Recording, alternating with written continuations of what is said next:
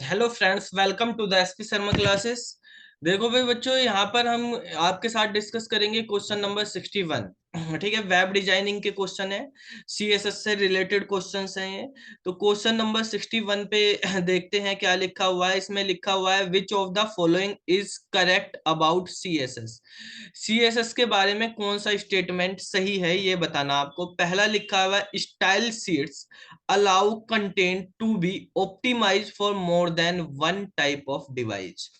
कि आप style sheet से सीएसएस के थ्रू ऑप्टिमाइज कर सकते हो अपने कंटेंट को, अपने वेब पेज को, अपने वेबसाइट को, कि वो किसी भी साइज की डिवाइस पे ओपन हो जाए, सही तरीके से चले।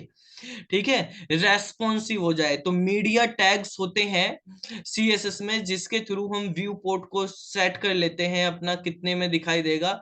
तो more than one type device, more than one type device यानी आप मोबाइल पे ओपन करो, चाहे उसको आप टैबलेट पे ओपन करो, आप सीआरटी, टीएफटी, एलसीडी किसी भी साइज का हो, और वो भी ठीक है 15 इंच का हो या हमारे पास 19 का हो, कितने का भी आप यूज करो, उस पे सही तरीके से जो है हमारे पास सिस्टम में आपकी वेबसाइट, वेब पेज, कंटेंट सही तरीके से विजिबल हो।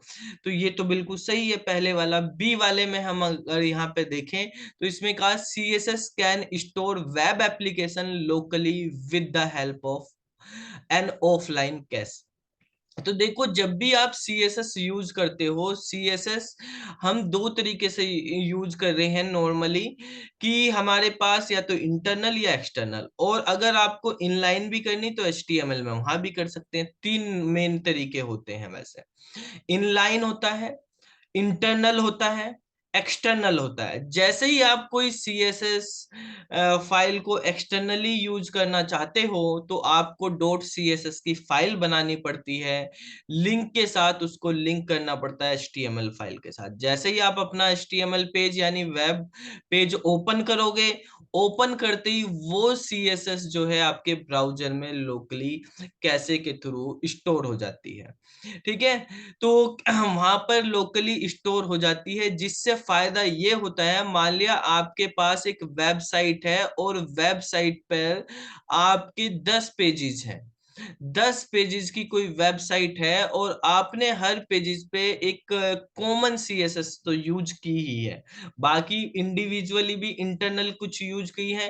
एक एक्सटर्नल सीएसएस है आपके पास जो कॉमन है सभी पेजेस के लिए। तो जैसे ही आप पहला पेजेस ओपन करोगे आप अपने वेबसाइट का, तो ये वो कॉमन जो हमारे पास एक्सटर्नल सीएसएस थी वो लोड होगी सर्वर से, आपके ब्राउजर पे आएगी फर्स्ट टाइम, और वो ब्राउजर में आके स्टोर हो जाएगी। फिर आपको कोई सा भी पेज ओपन करना तो सर्वर से जाने की जरूरत नहीं है, सर्वर पे जाने की जरूरत नहीं, वहां से सीएसएस को लाने की जरूरत नहीं, वो आपके ब्राउजर में ही है। और जब तक आपके ब्राउजर की कैसे डिलीट नहीं होगी, वो ब्राउजर में ही रहेगी, कितनी बार वेबसाइट को आप ओपन करो, तो इससे वेबसाइट की स्पीड बढ़ जाती है।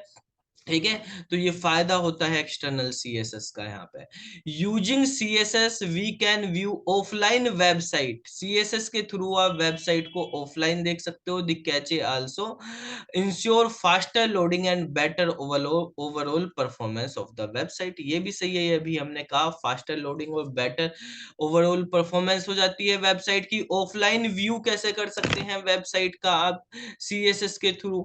भाई आप जो है वेबसाइट के पेज को सेव कर लो, सेव कर लो, और सेव करने के बाद उसको जो है आप देख सकते हो। यहाँ पे आपने देखो कोई वेबसाइट है, मान लिया आपने टीजीटी पीजीटी सीएस ये वेबसाइट ओपन करी, ठीक है, यहाँ पर आप इसको कंट्रोल एस कर दो यहाँ से, और कंट्रोल एस करने के बाद आप इसको सेव कर देते हैं। मान लेते हैं हम इसको सेव कर देते हैं एक जगह सी ड्राइव में, एक यहाँ पर कर देते हैं, मान लिया इसका नाम रख दिया हमने ABC। ठीक है, डॉट एचटीएमएल है ही हमारे पास, ये सेव कर दिया यहाँ पर। अब देखो हम इसको यहाँ पे बंद कर देते हैं, और इस ABC, अच्छा कैंसिल हो गया बंद करने पे, पूरा नहीं लोड हुआ था, दोबारा से ओपन कर लेते हैं, इसको सेव कर देते हैं। ABC के नाम से, ABC, और इसको हमने यहाँ पे सेव कर दिया। 16 बाइट की फाइल है, ठीक है।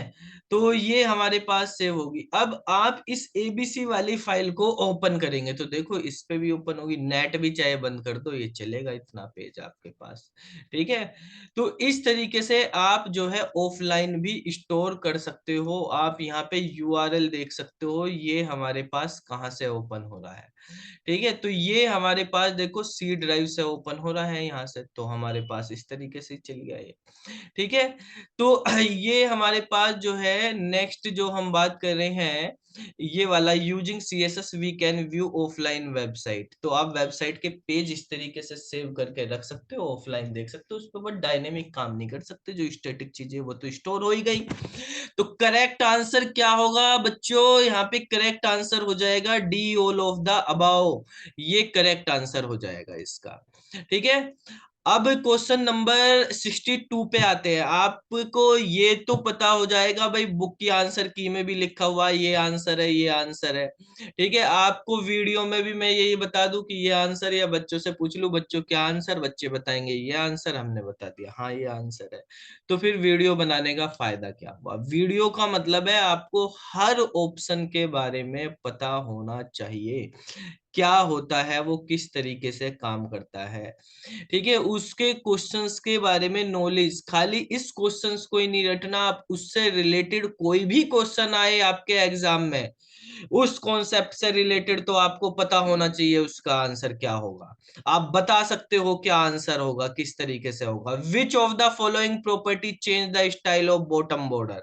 बॉटम बॉर्डर की आपको स्टाइल चेंज करनी, कौन सी प्रॉपर्टी यूज करेंगे, देखो समझने के लिए यहाँ पे पहले समझते हैं कि हमारे पास मान लिया आपने एक डिव बनाया है, ठीक है, और ये डिव हमने यहाँ पे बंद कर दिया है।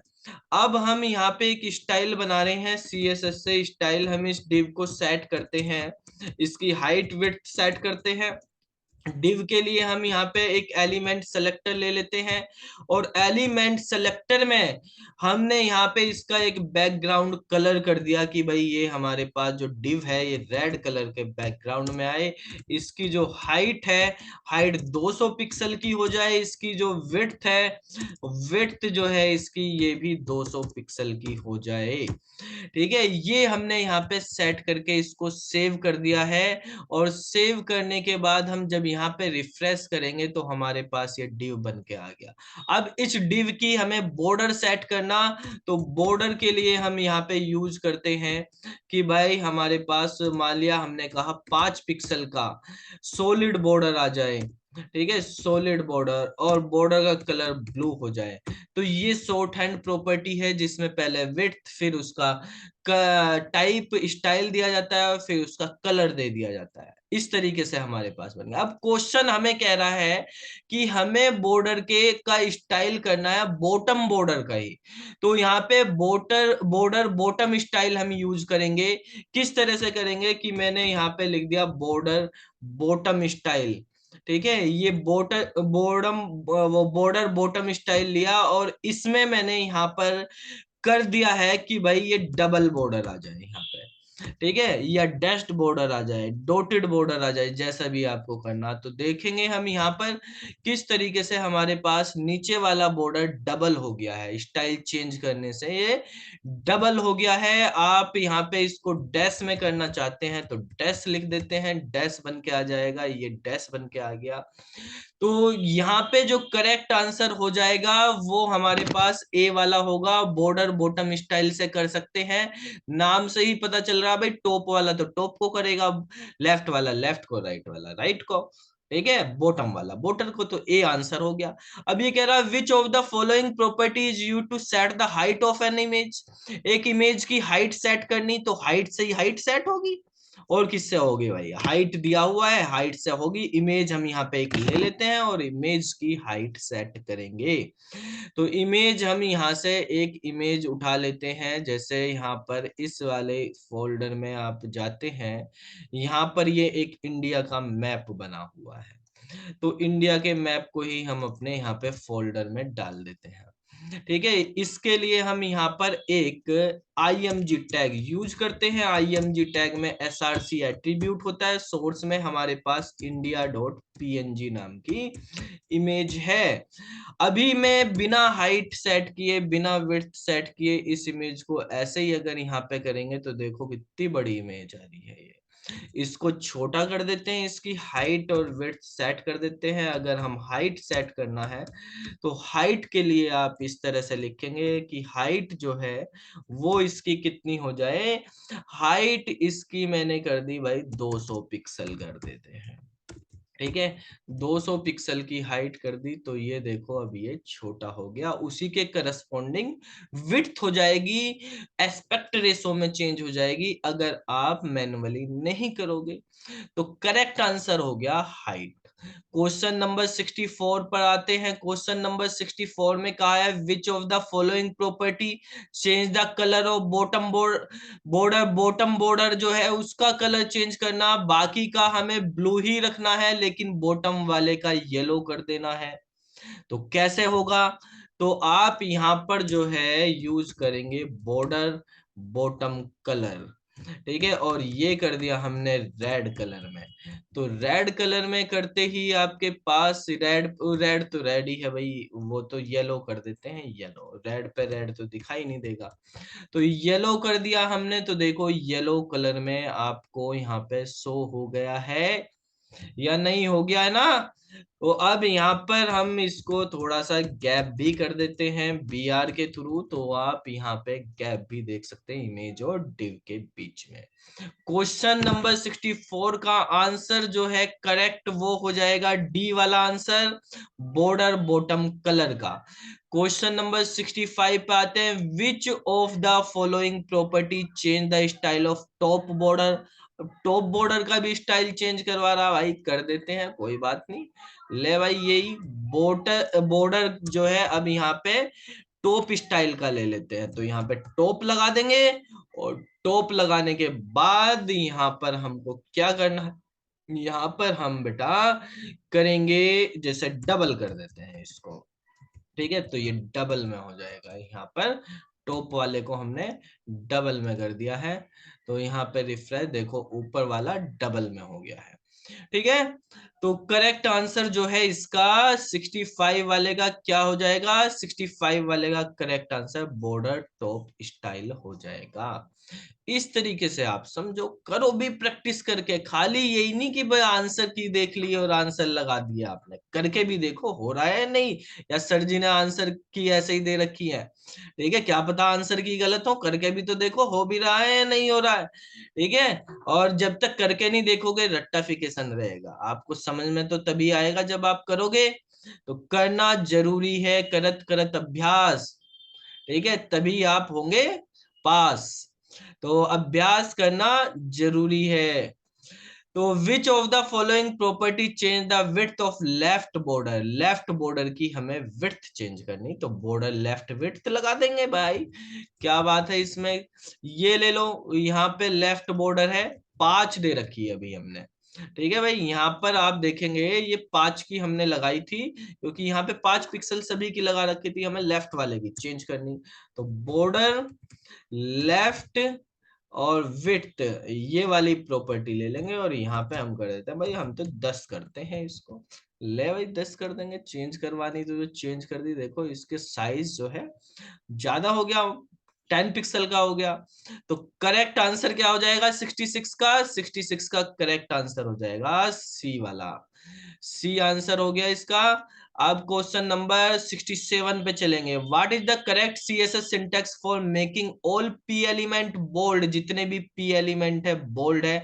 तो P एलिमेंट की बात हो रही है, एलिमेंट सेलेक्टर लेंगे। एलिमेंट सेलेक्टर कैसे लेते हैं? एलिमेंट का नाम लिखते हैं, एलिमेंट का नाम लिख के कर्ली ब्रेसेस लिख के प्रॉपर्टी देंगे और यहाँ पे कर्ली ब्रेसेस बंद कर देंगे। एलिमेंट का नाम है P, P एलिमेंट का नाम है, तो P हमारे पास यहाँ पर दिया हुआ है और P के बाद कर्ली ब्रेसेस लगा हुआ है। बोल्ड करने के लिए फॉन्ट वेट यूज होता है, फॉन्ट साइज टेक्स्ट साइज नहीं होता। ये तो टैग लग रही, तो ये तो गलत है ही। तो सी वाला आंसर होगा, करके देखते हैं। अभी हमारे पास यहाँ पे इस फाइल में जाएंगे हम, यहाँ पर हम ले लेते हैं पी, एक पी बनाया पैराग्राफ जिसमें लिखा hello from SP Sharma classes, ये हमने यहाँ पे लिख दिया है भाई। चलो ये हो गया।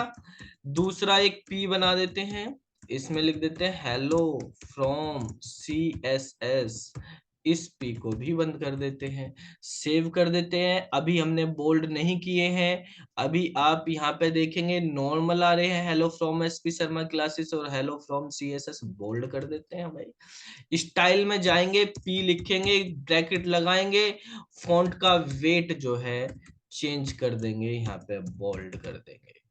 ठीक है, बोल्ड करो, बोल्डर करो, 100 करो, 200 करो, 500 करो, कोई भी करो, ये हमारे पास बोल्ड होके आ गया है। ठीक है, अब करेक्ट आंसर देख लो क्या है। सी वाला हो गया है, यहाँ पे वो बी वाला हो गया, फॉन्ट वेट बोल्ड, बी वाला करेक्ट आंसर हो जाएगा। ठीक है, बी वाला इसका करेक्ट आंसर हो जाएगा। इस तरीके से करने हैं। अब बाकी क्वेश्चन, ये पेज कंप्लीट हो गया। अगले पेज के अगली वीडियो में, वीडियो सही लगी हो तो मजा आ गया होगा आपको। ठीक है, प्रैक्टिस करो यहाँ पे, फिर मिलते हैं अगली वीडियो में, तब तक के लिए बाय बाय बाय।